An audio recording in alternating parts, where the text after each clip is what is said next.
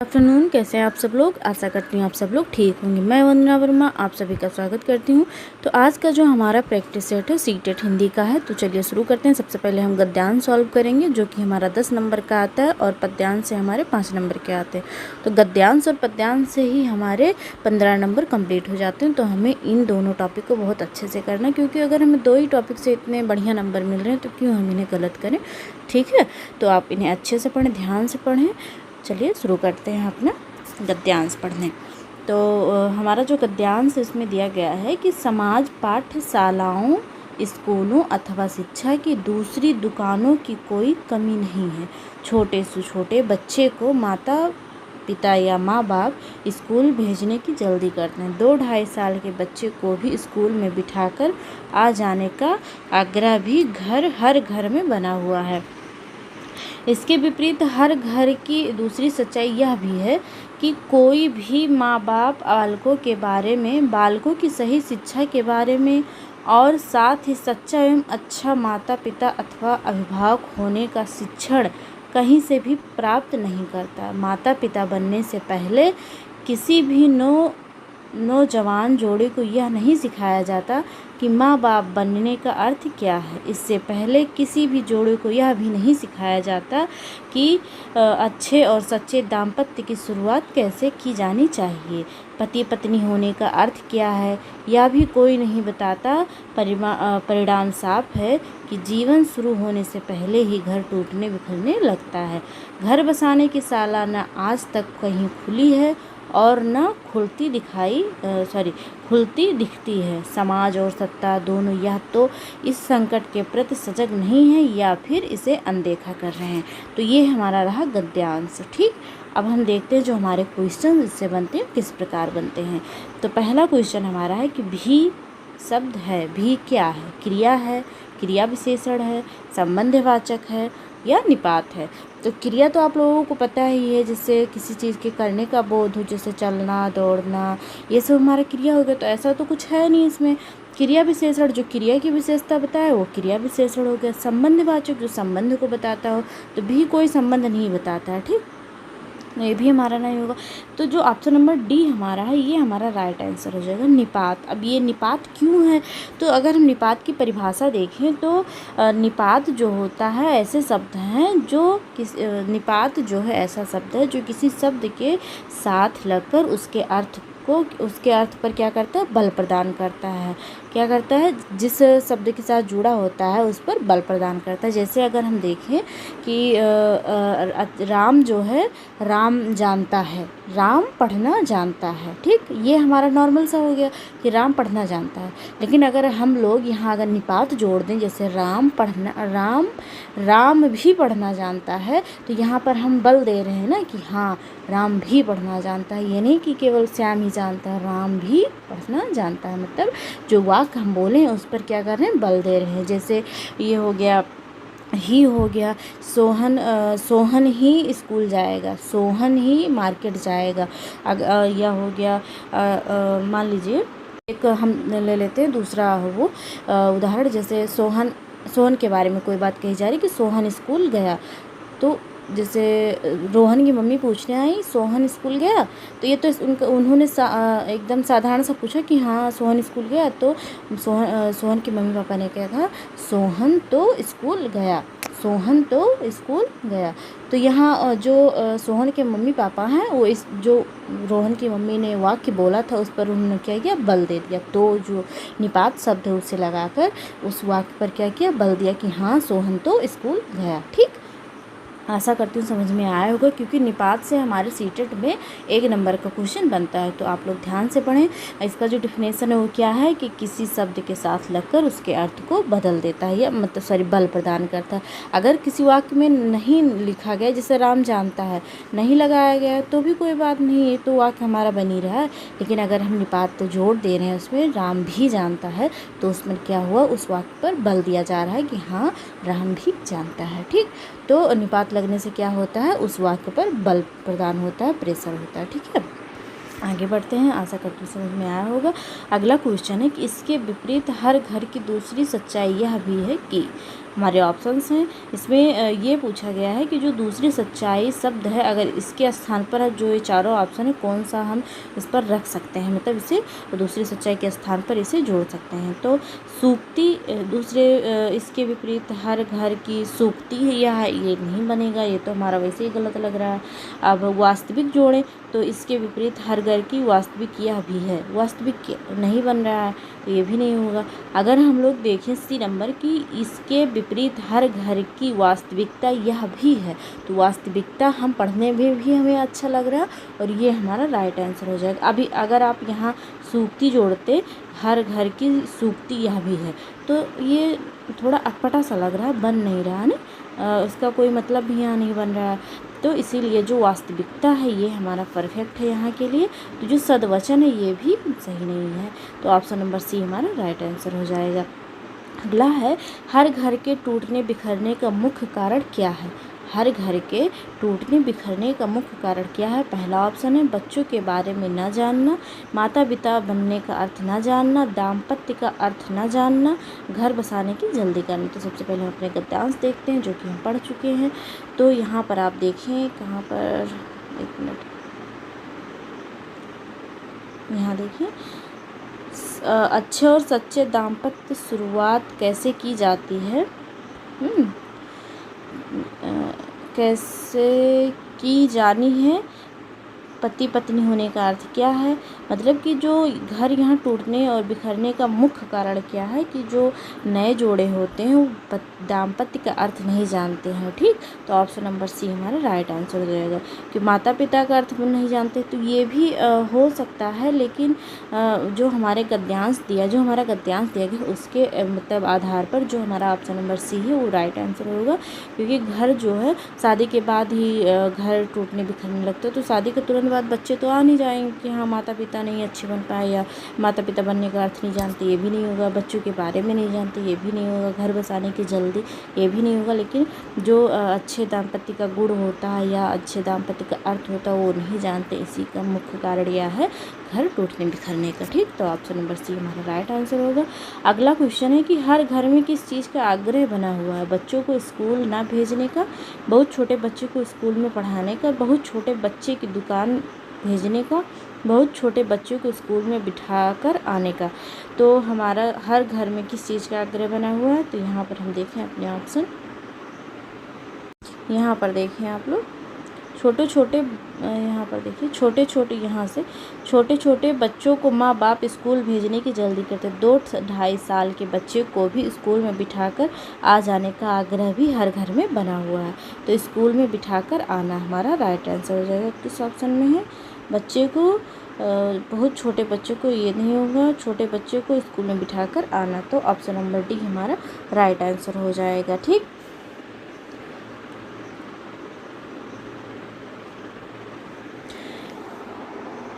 अगला क्वेश्चन देखते हैं हम लोग अपना। लेखक के लिए किसका शिक्षण प्राप्त करना जरूरी है। लेखक के लिए किसका शिक्षण प्राप्त करना जरूरी है। पति पत्नी बनने का, बच्चों को किसी भी प्रकार की शिक्षा देने का, अच्छे माता पिता बनने का, छोटे छोटे बच्चों को उच्च विद्यालय में प्रवेश दिलाने का।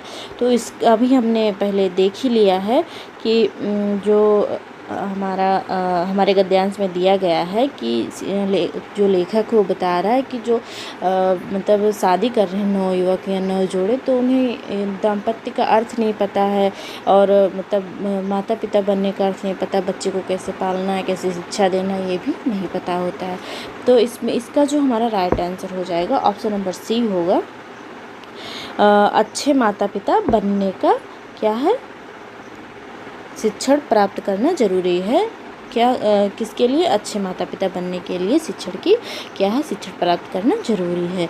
तो जो गद्यांश हमारा दिया गया उसमें लेखक कहता है कि सभी को अच्छे माता पिता बनने का शिक्षण प्राप्त करना जरूरी है, तभी वह अपने बच्चे को सही ढंग से मतलब बच्चे का जो पालन पोषण है वो सही ढंग से कर पाएंगे। ठीक, आगे बढ़ते हैं। माता पिता को बच्चों की सही शिक्षा के बारे में जानना क्यों जरूरी है? बच्चों को ज्ञानवान बनाया जा सके, ताकि बच्चों को उच्च डिग्रियां प्राप्त करवाई जा सके, ताकि बच्चे स्वयं प्रवेश लेने योग्य बन जाएं, जिससे बेहतर समाज का निर्माण किया जा सके। तो ऑप्शन नंबर डी हमारा राइट आंसर हो जाएगा। अगर माता पिता को ही नहीं पता है कि बच्चे की परवरिश कैसे करनी, अगर उन्हें बच्चे की परवरिश गलत तरीके से किया, मतलब कि जो भी उन्होंने बच्चे को माहौल दिया है वो क्या है, नेगेटिव है, तो समाज भी वैसा ही करेगा। जो बच्चा समाज में जाएगा तो जो सीखा है वही तो फैलाएगा। तो इससे क्या होगा, समाज पर भी असर पड़ता है कि जो मतलब भविष्य का मतलब भावी जो आगे चलकर जिसे समाज में जाना है, समाज के लिए कुछ अच्छा करना है, जब पहले से वो निगेटिव वातावरण में रहा है, नकारात्मक क्षेत्र में, तो जैसा वो शुरू से सीखा वैसे ही व्यवहार भी करेगा, तो ये समाज पर भी क्या होता है, प्रभाव डालता है। तो अब बच्चे को हमें अच्छे संस्कार देने चाहिए, अच्छी अच्छी चीज़ें सिखानी चाहिए, जिससे जो हमारा समाज है वो बेहतर हो। ठीक, आगे बढ़ते हम लोग। समाज और सत्ता किसके प्रति सजग नहीं है? अभिभावकों के द्वारा शिक्षा प्राप्त न करने के प्रति, ज्ञानवान समाज न बन पाने के घोर संकट के प्रति, घर बसाने की शिक्षा देने वाली शाला खोलने के प्रति, माता पिता द्वारा बच्चे का पालन पोषण न करने के प्रति। तो इसका जो हमारा राइट आंसर हो जाएगा ऑप्शन नंबर सी होगा, घर बसाने की शिक्षा देने वाली शाला खोलने के प्रति। ये हमारे उसमें दिया भी गया है, हम देख सकते हैं अपने गद्यांश में। समाज और सत्ता दोनों या तो संकट के प्रति सजग नहीं या अनदेखा कर रहे हैं, इससे पहले ही होगा। घर बसाने की शाला न आज तक खुली है और ना ही खुलती दिखती है। तो यहाँ पर हम देख सकते हैं, ये रहा हमारा, तो यहीं पर हमें क्या करना है, ये हमारा राइट आंसर होगा। आगे बढ़ते हैं हम लोग। और गद्यांश सॉल्व करने का एक अच्छा तरीका ये भी है, मतलब अगर आप लोग पहले पढ़कर सॉल्व कर रहे हो तो ये भी अच्छी बात है, लेकिन जैसे अगर आप लोग ऐसा करें कि जब जो गद्यांश है उसमें से पहले क्वेश्चन पढ़ लें, ठीक, क्वेश्चन पढ़ लें, उसके बाद में गद्यांश पढ़ें, तो जब आपके दिमाग में क्वेश्चन रहेगा कि हाँ ये क्वेश्चन पूछा गया, तो जब आप गद्यांश पढ़ेंगे तो आपकी जो पकड़ तुरंत बन जाएगी कि हाँ यहाँ ये जो लाइन दिया गया है यहाँ से हमारा क्वेश्चन बन रहा है। तो इससे क्या होगा कि आपके जो गद्यांश है जल्दी सॉल्व हो जाएंगे। आप लोग एक बार करके देखिएगा इस प्रकार, तो इससे आपको ज़्यादा फ़ायदा होगा, आपकी टाइम भी बचत, आपके मतलब टाइम का भी बचत होगा और क्वेश्चन भी जल्दी सॉल्व हो जाएंगे। ठीक, लेखक के अनुसार सबसे पहले क्या जानना जरूरी है? दाम्पत्य की शुरुआत कैसे की जानी चाहिए? बच्चे के बारे में, बच्चों की शिक्षा के बारे में, माता पिता के शिक्षा स्तर को।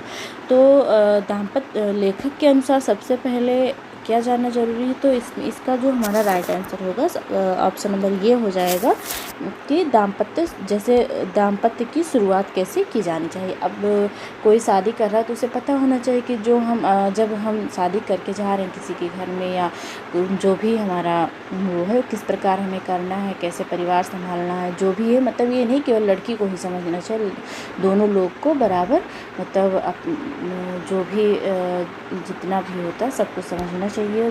और कैसे मतलब ये समझना चाहिए कि हाँ जो शुरुआत हम कर रहे हैं कैसे करें, और मतलब जो माहौल हम बनाएंगे वो भी अच्छा हो, जिससे कि जो हमारे बच्चे हैं वो भी अच्छे माहौल में रहें, पॉजिटिव माहौल हो। तो ये सब सारी चीज़ों को ध्यान रखना चाहिए। तो यही लेखक कहता है कि जो अगर सबसे पहले हमें दाम्पत्य की शुरुआत कैसे की जानी चाहिए इसका हमें पता होना चाहिए। ठीक, माता पिता शब्द युग्म है, सार्थक निरर्थक शब्द युग्म, सार्थक शब्द युग्म, निरर्थक शब्द युग्म या पूर्ववर्त शब्द युग्म। तो इसका जो हमारा राइट आंसर हो जाएगा ऑप्शन नंबर बी होगा, सार्थक शब्द युग्म है। ठीक, आगे बढ़ते हैं हम लोग। अगला हमारा पद्यांश दिया गया है, इसे पढ़ते हैं। पूछो किसी भाग्यवादी से, यदि विधि अंक प्रबल है, पर पद पर क्यों देती ना स्वयं वसुधा निज रतन उगल। इसमें कवि कहता है कि कवि जो कहता है कि जो भाग्यवादी हो, मतलब जो भाग्य को बहुत मानता हो, उससे पूछो कि जो विधि में लिखा हो, जो पूछो कि जो विधि में लिखा हुआ, जो विधि को मतलब भाग्य को बहुत प्रबल मानता है, जो भाग्य में लिखा हुआ है कि लिखा हुआ उसके बारे में कुछ बताया। और मतलब हम मोटा मोटा बता रहे हैं, बहुत ज़्यादा डीप में नहीं बता रहे हैं। अगर आप लोगों को ऐसा लगे कि हाँ मैडम यहाँ कुछ और बता रही हैं, तो केवल हम समझने के लिए बता रहे हैं कि जिससे आप लोग क्वेश्चन पकड़ पाएँ। ठीक, तो पूछो किसी भाग्यवादी से। तो यहाँ पर जो कवि है वो ये कह रहा है कि जो भाग्यवादी है, मतलब जो भाग्य पर बहुत ज़्यादा विश्वास करता है, उससे पूछो कि जो बता रहा है कि भाग्य जो है बहुत प्रबल होता है, तो वो ये क्यों नहीं बता रहा है कि जब पृथ्वी जो है वो ये कहता है कि पृथ्वी जो है वो रतन उगलती है, तो स्वयं ही रास्ते पर क्यों नहीं दे देती है? इतना हमें मेहनत करने की क्या आवश्यकता है? तो ये हम केवल मोटा मोटा ही समझ लिए हैं। इसके बाद में हम क्वेश्चन इस प्रकार समझ लेने से क्या होता है कि जो हमारे क्वेश्चन है थोड़ा आसान हो जाता है पद्यांश वाले सॉल्व करने में। ठीक, तो पहला क्वेश्चन हमारा है कि प्रा उपसर्ग से बनने वाला शब्द समूह है। प्रा उपसर्ग से बनने वाला शब्द समूह है। तो यहाँ हम देखें, अगर प्रत्युत्तर है तो इसमें प्रति उपसर्ग है। ठीक, प्रति प्लस, इसमें प्रत्युत्तर में हमारा क्या है, प्रति प्लस उत्तर हो जाएगा। ई जो है या में बदल गया है। ठीक, तो प्रदेश में है तो इसमें तो ये पहला ही हमारा गलत हो गया, क्योंकि यहाँ क्या है, प्रति उपसर्ग है। यहाँ प्रत्येक में भी प्रति उपसर्ग है। प्रसाद, प्रत्येक, ये पहला तो हमारा सही है, लेकिन जो बी वाला है ये जो प्रत्येक है इसमें भी क्या है, प्रति उपसर्ग है। ठीक, और प्रभाव, प्रदेश, प्रपत्र, ऑप्शन नंबर डी हमारा राइट आंसर हो जाएगा। क्यों राइट आंसर हो जाएगा? क्योंकि इसमें जो जितने भी हमारे ऑप्शंस हैं, जैसे प्रभाव, इसमें भी प्रा उपसर्ग है, प्रदेश में भी प्रा उपसर्ग है, और प्रपत्र में भी प्रा उपसर्ग है। बाकी ऑप्शंस हमारे गलत हैं, क्योंकि देखिए यहाँ प्रति उपसर्ग है पहले वाले में, ये बाकी दोनों में तो है प्रा उपसर्ग, लेकिन प्रति उपसर्ग पहले वाले में है। दूसरे वाले में भी प्रति उपसर्ग है पहले वाले में, दोनों हमारे सही हैं। और पहला इसमें तो सही है, लेकिन जो दूसरा है हमारा प्रति, यहाँ प्रत्येक, यहाँ भी प्रति उपसर्ग है। तो जो ऑप्शन नंबर डी है इसमें तीनों ही प्रा उपसर्ग लगे हुए हैं, तीनों ही शब्द में। तो ऑप्शन नंबर डी हमारा सही हो जाएगा। जो हमें क्वेश्चन सॉल्व करने इसी प्रकार सॉल्व करने हैं। ठीक, कवि के अनुसार यदि भाग्य सब कुछ होता है तो क्या होता है? कवि के अनुसार यदि भाग्य ही सब कुछ होता तो क्या होता? रत्न स्वयं प्रकाश युक्त हो उठते, रत्न मिल जाते पैरों के नीचे वसुधा होती, धरती स्वयं ही रत्न रूपी संपत्ति उगल देती। कवि जो कहता है कि अगर भाग्य ही सब कुछ होता तो क्या होता? जिससे भाग्यवादी मानते हैं कि भाग्य ही सब कुछ होता है, भाग्य के अनुसार ही सब कुछ मिलता है, भाग्य से बड़ा कुछ नहीं होता। तो अगर भाग्य ही सब कुछ होता है तो जो पृथ्वी है वो स्वयं ही, जो उसकी धन संपत्ति या मतलब कहा जाता है कि रत्न उगलती है, तो स्वयं ही वो धन संपत्ति जो है वो क्यों नहीं दे देती है सबको? ठीक, तो यहाँ पर हमारा जो यहाँ पर हम अपने वो देख लेते हैं। सबसे पहले यहाँ देखिए, वसुधा निज रतन उगलती, यहाँ पद मतलब हो गया रास्ता, पद पर क्यों देती ना स्वयं, मतलब पद पर ही क्यों नहीं दे देती है। वसुधा निज रतन उगल, वसुधा मतलब ये पृथ्वी की पर्यायवाची है, और निज मतलब स्वयं, रतन मतलब कि मोती, हीरे जवाहरात, उगलना मतलब देना या निकलना जो भी होता है। तो यहाँ जो हमारा राइट आंसर हो जाएगा ऑप्शन नंबर डी हो जाएगा। कवि के कहने का मतलब ये है कि अगर भाग ही सब कुछ है तो धरती जो है वो स्वयं ही रत्न रूपी संपत्ति उगल देती है। क्यों नहीं उगल देती भाई, उसे उगल देना चाहिए। तो ऑप्शन नंबर डी हमारा राइट आंसर हो जाएगा। ठीक,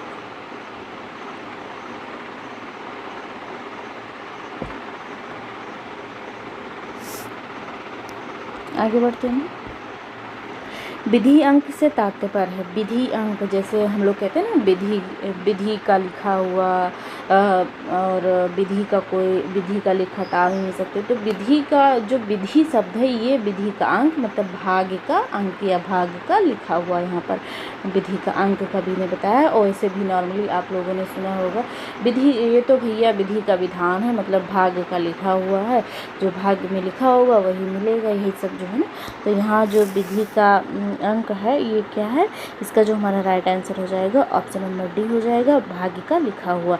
तो तो विधि का विधान, या जो भी हम लोग मतलब बोलचाल की भाषा में बहुत लोगों को प्रयोग करते हुए आप लोगों ने सुना होगा, ये तो विधि का विधान है। ठीक, मतलब भाग्य का लिखा हुआ है।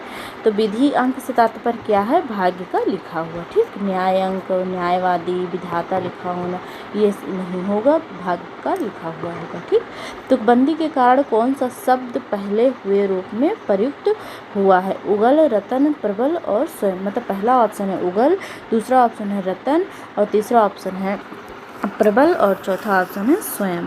तो तुकबंदी वाला जो हमारा शब्द है, तो इसमें हम देखें अगर, तो यहाँ पर जो हमारा रतन शब्द दिया गया है ये क्या है? तुकबंदी वाला है, क्योंकि ये इसका अगर हम शुद्ध रूप देखें तो रत्न होता है, लेकिन यहाँ तुक लगाने के लिए क्या किया गया है? रतन कर दिया गया है। तो ऑप्शन नंबर बी हमारा राइट आंसर हो जाएगा। इसमें से कौन सा वसुधा का समानार्थी है? जलधि, वसुंधरा, वारिधि, महीप। तो इसका जो हमारा राइट आंसर हो जाएगा, कौन सा हो जाएगा? वसुधा का जो समानार्थी शब्द है वो क्या है? वसुंधरा है। तो ऑप्शन नंबर बी हमारा राइट आंसर हो जाएगा। समानार्थी मतलब पर्यायवाची शब्द। ठीक, और महीप जो है ये राजा का पर्यायवाची है। वरिधि और जलध ये क्या है? समुद्र का पर्यायवाची। ये और ये समुद्र का है, ये महीप जो है ये राजा का पर्यायवाची है। आशा करते हैं समझ में आ रहा होगा आप लोगों को। आगे बढ़ते हैं हम लोग। बच्चों की मौखिक भाषा का सतत आकलन करने का सबसे बेहतर तरीका है? शब्द पढ़वाना, प्रश्नों के उत्तर पूछना, विभिन्न संदर्भों में बातचीत करना, सुने हुए को दोहराने के लिए कहना। तो इसका जो हमारा सबसे बढ़िया आंसर होगा, इसमें मौखिक आकलन की बात की गई है। तो अगर हम मौखिक आकलन की बात करें तो इसका जो हमारा सबसे बढ़िया आंसर होगा ऑप्शन नंबर सी हो जाएगा। विभिन्न संदर्भों में बातचीत करना। बातचीत करेंगे तो मौखिक ही तो रहेगा। ठीक, मतलब कई संदर्भ में किसी भी टॉपिक पर हम बात करें, बच्चे से कुछ भी जानना हो, तो अगर हम उसे टॉपिक देंगे कि हाँ इसे अपने शब्दों में बताइए या कुछ भी, तो अपने बारे में मतलब अपने जो उसकी जो भी समझ आएगा उसको वो बताएगा उसके बारे में, तो उसका मौखिक आकलन होगा उस प्रकार। ठीक, तो ऑप्शन नंबर सी हमारा राइट आंसर हो जाएगा। विभिन्न संदर्भों में बातचीत करना। अगला क्वेश्चन है, भाषा में सतत और व्यापक आकलन का उद्देश्य है? वर्तनी की अशुद्धि के बिना लिखने की क्षमता का आकलन, भाषा के व्याकरण का आकलन, भाषा के मौखिक और लिखित रूपों के प्रयोग की क्षमता का आकलन, पढ़कर समझने की क्षमता का आकलन। तो जो हमारा इसका राइट आंसर हो जाएगा ऑप्शन नंबर सी होगा। भाषा के मौखिक और लिखित रूपों के प्रयोग की क्षमता का आकलन। सतत मतलब होता है जो आकलन मतलब लगातार हो, मतलब जो हम लोग बच्चे का जो मतलब ये देखते हैं जब हम किसी बच्चे को कुछ पढ़ा रहे हो। ठीक, तो जो हम बीच बीच में प्रश्न, जैसे कोई टॉपिक हम पढ़ाए उससे संबंधित तुरंत फिर बच्चे से प्रश्न भी किए, और कुछ बच्चे ने भी खड़े होकर कुछ प्रश्न पूछा, तो ये हमारा सतत हो गया। अगर हम व्यापक की बात करें तो जो कुछ टाइम बाद या महीने बाद या 2-4 महीने में, सतत का मतलब होता है कि जो हम बच्चे का आकलन लगातार करते हैं। जैसे कक्षा में कुछ चीज़ बच्चों को हम पढ़ा रहे हैं, कोई भी टॉपिक, उससे संबंधित हमने तुरंत उससे प्रश्न किया और बच्चे से भी प्रश्न पूछने के लिए उसे प्रोत्साहित किया, तो ये हमारा सतत हो गया कि हमने तुरंत जान लिया कि हाँ बच्चा जो है जो भी टॉपिक हमने पढ़ाया उसे समझ में आया कि नहीं आया। जब भी आपने जो भी पढ़ा उससे संबंधित आपने प्रश्न उससे पूछा, तो अगर वो बता ले जा रहा है या उस मतलब जिस प्रकार से आप अपेक्षा करते हैं वो बता पा रहा है, वहाँ तक पहुँच रहा है, तो आपको ये लगेगा कि हाँ बच्चा जो है समझ पा रहा है। अब व्यापक का मतलब ये होता है, व्यापक आकलन क्या है? तो व्यापक आकलन ये होता है कि कुछ टाइम बाद, जैसे महीने में या सप्ताह में जो भी हम टेस्ट वगैरह लेते हैं, या 6 माही वाला एग्ज़ाम हो गया, ये सब क्या है? ये हमारे व्यापक आकलन है। ठीक, तो भाषा में सतत और व्यापक आकलन का उद्देश्य जो है क्यों लिया जाता है? तो बच्चे के जो भाषा के मौखिक और लिखित रूपों की क्षमता का आकलन करने के लिए सतत और व्यापक मूल्यांकन किया जाता है। तो ऑप्शन नंबर सी हमारा राइट आंसर हो जाएगा। आगे बढ़ते हैं हम लोग। भाषा कक्षा में विभिन्न दृश्य श्रव्य साधनों का उपयोग करने का उद्देश्य नहीं है। आधुनिक तकनीकी को कक्षा में लाना, सभी प्रकार के बच्चों की आवश्यकताओं का ध्यान रखना, इसमें नहीं पूछा गया, ध्यान रखिएगा आप लोग। सीखने सिखाने की प्रक्रिया को रुचिकर बनाना, विद्यालय प्रमुख निर्देशों का पालन करना। तो अगर इसमें नहीं पूछा गया है तो इसका जो अगर हम देखें जो ऐसा श्रव्य दृश्य साधन का उपयोग करने का उद्देश्य नहीं है, तो कौन सा नहीं है, विभिन्न प्रमुख के निर्देशों का पालन करना। तो ऑप्शन नंबर डी जो है हमारा राइट आंसर हो जाएगा। बाकी ऑप्शन जो हैं, तकनीकी का प्रयोग करने से क्या होता है, जो आधुनिक तकनीकी है वो कक्षा में लाने से बच्चे उसके बारे में जानते हैं, और जब कोई नई चीज़ बच्चा देखता है तो ज़्यादा अच्छे से सीखता है, तो उससे कुछ ज़्यादा ही मज़ा आने लगता है, कुछ ज़्यादा रुचि लेता है सीखने में। और जितने भी बच्चे हैं उनकी जो आवश्यकता है उसको ध्यान में रखकर हम श्रव्य दृश्य साधन का अगर हम प्रयोग करते हैं, सभी बच्चों को अच्छे से समझ में आता है और सभी को अच्छा भी लगता है, क्योंकि सारे बच्चे जो होते हैं वो ज़्यादा ही एक्टिव हो जाते हैं सीखने के लिए। सीखने सिखाने की प्रक्रिया को रुचिकर बनाना, ये तो सबसे अच्छा है ही है, क्योंकि श्रव्य दृश्य साधन जो होते हैं उसका प्रयोग इसीलिए किया जाता है कि बच्चे जो हों ज़्यादा एक्टिव रहे और जो सीखने और सिखाने की प्रक्रिया हो ज़्यादा ही रुचिकर हो, इंटरेस्टिंग हो। ठीक, तो ऑप्शन नंबर डी जो हमारा होगा राइट आंसर होगा, क्योंकि यहाँ नहीं पूछा गया। तो बाकी जो तीनों ऑप्शन है ये हमारे श्रव्य दृश्य साधन उपयोग करने के उद्देश्य हैं, लेकिन जो डी ऑप्शन है ये नहीं है। तो आगे बढ़ते हैं हम लोग। पाठ्यपुस्तक की भाषा बच्चों की घर व समुदाय की भाषा से मिलती जुलती होनी चाहिए, तत्समय प्रधान होनी चाहिए, तत्भव प्रधान होनी चाहिए, अधिकाधिक कठिन शब्दों से युक्त होनी चाहिए। तो ये तो हमारा पहले ही गलत है, क्योंकि अभी छोटा बच्चा है तो उसे उसके परिवेश भाषा मतलब जो भी भाषा वो जानता है उससे मिलती जुलती भाषा में ही हम उससे बात करें और सिखाएं जो भी हो। नहीं तो आप बहुत ज़्यादा कठिन वर्ड ले आएंगे, जब बच्चे को यही नहीं समझ में आएगा कि आप बोल क्या रहे हैं, इसका मतलब क्या होता है, तो क्या समझेगा, कुछ नहीं समझ पाएगा। तो ये भी हमारा नहीं होगा। अगर हम बात करें कि तत्समय मतलब जो तत्सम वाले शब्द हैं उससे प्रधान होनी चाहिए, तो ये भी नहीं होगा, क्योंकि ये भी एकदम संस्कृत वाले शब्द होते हैं, ये भी बच्चे को उतना समझ में नहीं आएगा। ये भी ऑप्शन नंबर ये हमारा राइट आंसर हो जाएगा कि जो भी हम भाषा प्रयोग करें वो कैसा हो, बच्चे के घर समुदाय की भाषा से मिलती जुलती हो, जिससे इसीलिए तो कहा जाता है कि जब जो बाल वाटिका है या छोटे बच्चे जो हैं कक्षा 1-2 इन्हें क्या करें, हम उनकी मातृभाषा में ही उन्हें शिक्षा प्रदान करें। ठीक, तो ऑप्शन नंबर ये हमारा राइट आंसर हो जाएगा। आगे बढ़ते हम लोग। प्राथमिक स्तर पर भाषा सिखाने से तात्पर्य है। प्राथमिक स्तर पर भाषा सिखाने से तात्पर्य क्या है? भाषा वैज्ञानिक तथ्य स्पष्ट करना, इसमें वैज्ञानिक तथ्य स्पष्ट करने की कोई बात नहीं है। भाषा का व्याकरण सिखाना, भाषा का प्रयोग सिखाना, उच्च स्तरीय साहित्य पढ़ाना, ये भी नहीं है। आप छोटा सा बच्चा है, उच्च स्तरीय साहित्य पढ़ाकर क्या करेंगे? आपको क्या फ़ायदा होगा, बच्चे को क्या फ़ायदा होगा? कुछ नहीं, 0/0 रहेगा, कुछ भी उसे समझ ही नहीं आएगा, आप बड़बड़ाते रहिए, कोई फ़ायदा नहीं है। तो इसका जो हमारा राइट आंसर हो जाएगा वो कौन सा होगा? ऑप्शन नंबर डी होगा, भाषा का प्रयोग करना। तो प्राथमिक स्तर पर अगर हम बच्चे को भाषा सिखा रहे हैं तो उसका तात्पर्य ये है कि बच्चे को भाषा प्रयोग करना सिखाना, स्वयं की अभिव्यक्ति दूसरों के सामने कैसी करनी है ये बच्चों को हम सिखाते हैं। तो ऑप्शन नंबर डी हमारा जो है वो राइट आंसर हो जाएगा। आशा करते हैं समझ में आ रहा होगा। आगे बढ़ते हैं हम लोग। घर की भाषा और विद्यालय में पढ़ाई जाने वाली भाषा सदैव टकराहट से गुजरती हैं, सदैव समान होती हैं, समान हो सकती हैं, सदैव अलग होती हैं। तो जो घर की भाषा और विद्यालय की भाषा, विद्यालय में पढ़ाई जाने वाली भाषा होती है ये समान हो सकती है। ऐसा होने की दशा में ज्ञानार्जन जो होता है वो सहज हो जाता है। मतलब जो बच्चे को जब घर और विद्यालय की भाषा जो है वो समान रहेगी तो जो बच्चे को मतलब समझने में और आपको समझाने में क्या होगी, सहजता होगी। अब कुछ दूसरी तरीके से या उच्च स्तर से आप समझा रहे हैं बच्चे को, अभी छोटा है तो समझ ही नहीं आएगा, तो आप भी थोड़ा वो होंगे ना कि इतनी देर से आप समझा रहे हैं, इसको समझ ही नहीं आ रहा कैसे समझाएं। तो अगर हम उसी की भाषा में जो उसके घर परिवेश की भाषा है उसी प्रकार समझाएंगे उसी भाषा में, तो बच्चे को ज़्यादा समझ में आएगा और जो ज्ञान प्राप्त करने की या सीखने सिखाने की प्रक्रिया वो भी क्या होगी, सहज होगी। आगे बढ़ते हैं हम लोग। प्राथमिक स्तर पर हिंदी भाषा शिक्षण के लिए सबसे अधिक महत्वपूर्ण है। क्वेश्चन पूछा गया है कि प्राथमिक स्तर पर हिंदी भाषा शिक्षण के लिए सबसे अधिक महत्वपूर्ण क्या है? भाषा प्रयोग के अवसर, पाठ्यपुस्तक, उच्च स्तरीय तकनीकी, व्याकरणिक नियम। तो ये तीनों ही ऑप्शन हमारे गलत हैं, क्योंकि प्राथमिक स्तर पर इन तीनों ऑप्शंस के कोई मायने नहीं है। मतलब बहुत उच्च स्तरीय तकनीकी यंत्र का आप प्रयोग कर रहे हैं तो भी कोई उसका मतलब नहीं है। व्याकरणिक नियम अगर बच्चे को रटा रहे हैं तो वो भी कोई मायने नहीं रखता है, क्योंकि रट भी लेगा, समझ ही नहीं पा रहा वो है क्या, तो क्या करेगा उसको आप ही बताइए। जब वो यूज ही नहीं कर पाएगा या जो भी काम है उसका नहीं प्रयोग कर पा रहा है तो अभी छोटा सा उसको समझ ही नहीं आएगा आप जो करें। और भाषा प्रयोग के अवसर, ये हमारा सबसे बढ़िया आंसर है, क्योंकि बच्चा अगर छोटा बच्चा है तो उसे हम क्या करें, ज़्यादा से ज़्यादा स्वयं की अभिव्यक्ति के अवसर दें, उसे कि स्वयं की बात को रखे, और जो रखने का तरीका कि हाँ दूसरों के सामने कैसे हमें बोलना है, किस तरीके से बोलना है, कहाँ क्या बोलना चाहिए, इन सब चीज़ों को क्या करें, हम बच्चों को सिखाएं, ना कि उन्हें हम पाठ्य पुस्तक रटवाएं, और ना ही उच्च स्तरीय जो तकनीकी यंत्र उसका प्रयोग करें, ना ही व्याकरणिक नियम रटाएं। इन सब रटाने या समझाने से कोई फ़ायदा नहीं है।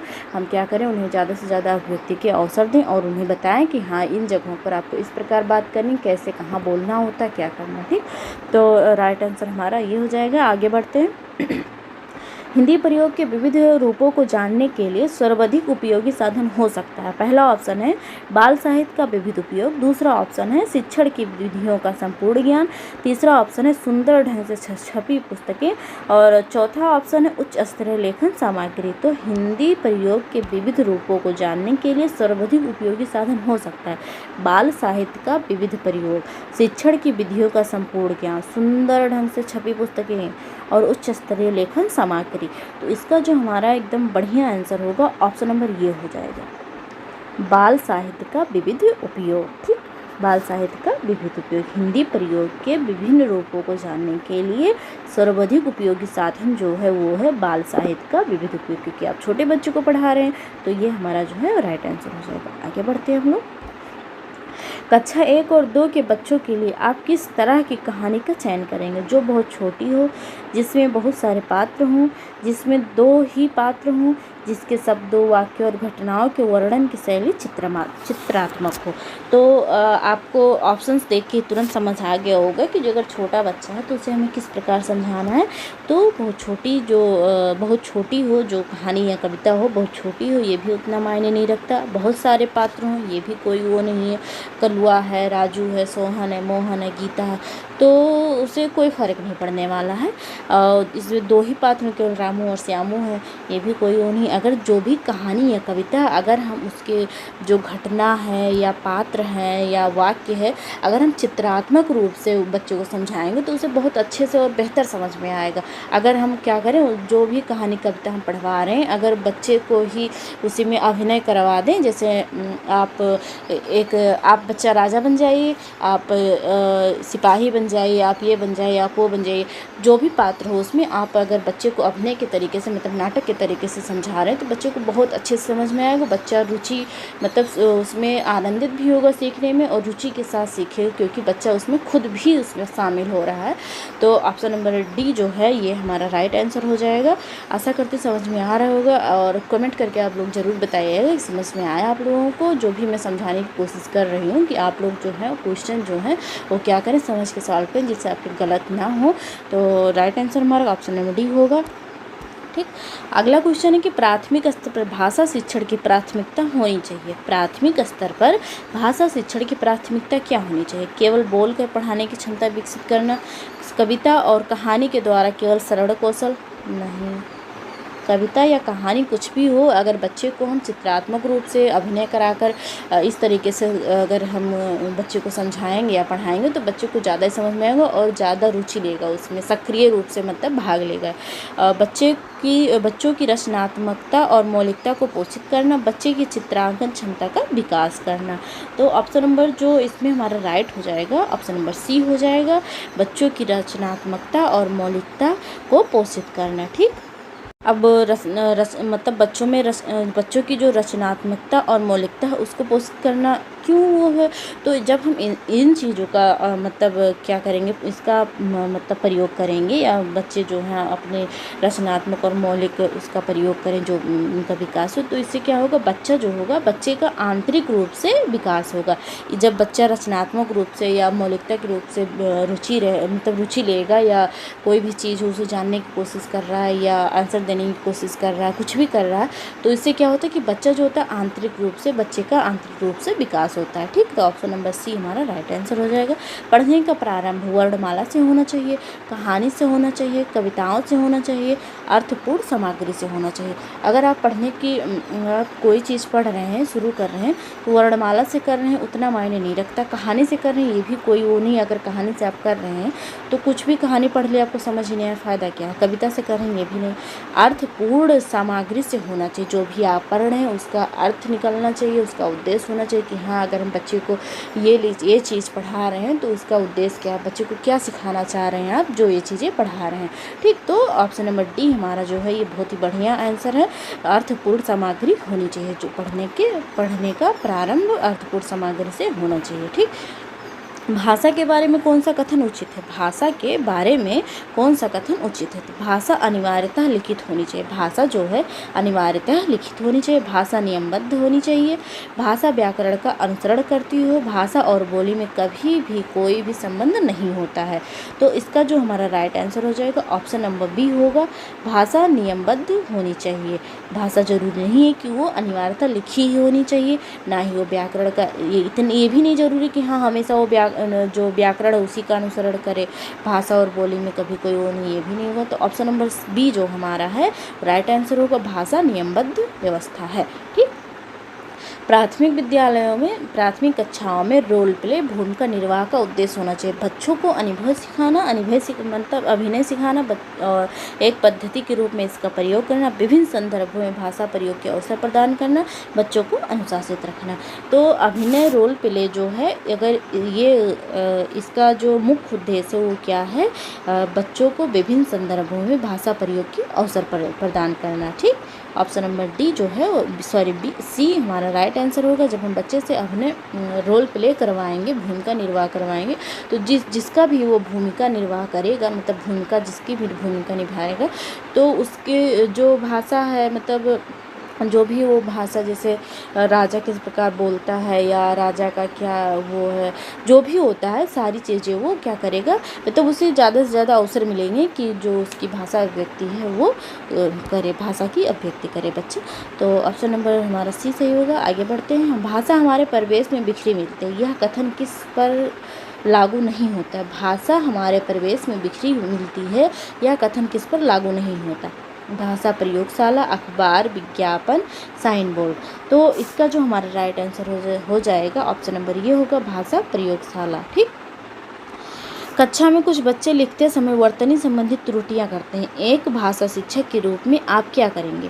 क्वेश्चन है कि कक्षा में कुछ बच्चे लिखते समय वर्तनी संबंधित त्रुटियां करते हैं, एक भाषा शिक्षक के रूप में आप क्या करेंगे? पहला ऑप्शन है बच्चों का सही रूप लिखते हुए बच्चों को दोनों तरफ के शब्दों का अवलोकन करके अंतर पहचानने का अवसर देंगे। दूसरा ऑप्शन है उन्हें सख्त निर्देश देंगे कि आप गलती नहीं कर सकते। तो ये कहीं नहीं कहा गया है, ये बताया गया है कि बच्चे जितनी गलतियां करते हैं उतनी ही ज़्यादा सीखते हैं। ठीक, तीसरा ऑप्शन है उनकी त्रुटियों पर बिल्कुल ध्यान नहीं देंगे, ये भी नहीं है, ध्यान तो आपको देना ही पड़ेगा। उनसे शब्दों को 20 बार लिखने के लिए कहेंगे नहीं। ऑप्शन नंबर ये हमारा राइट आंसर हो जाएगा। शब्दों का सही रूप लिखते हुए बच्चों को दोनों तरफ के शब्दों का अवलोकन करके अंतर पहचानने का अवसर देंगे। तो ऑप्शन नंबर ये हमारा राइट आंसर हो जाएगा। आज का जो हमारा प्रैक्टिस सेट था, हमने 30 क्वेश्चन प्रैक्टिस सेट किए हैं। आशा करती हूँ आप लोगों को समझ में आया होगा। जो भी ना समझ में आया हो या कुछ ऐसा लगा हो कि मैंने कुछ अलग बताया है या यहाँ पर कुछ और बताना चाहिए, तो आप लोग कमेंट ज़रूर करें और ज़्यादा से ज़्यादा लोगों में शेयर भी कर दिया करें आप लोग, जिससे और सारे लोग जुड़ें और सबको फ़ायदा हो। आज की क्लास हमारी यहीं तक थी। मिलते हैं हम अगली वीडियो में। धन्यवाद।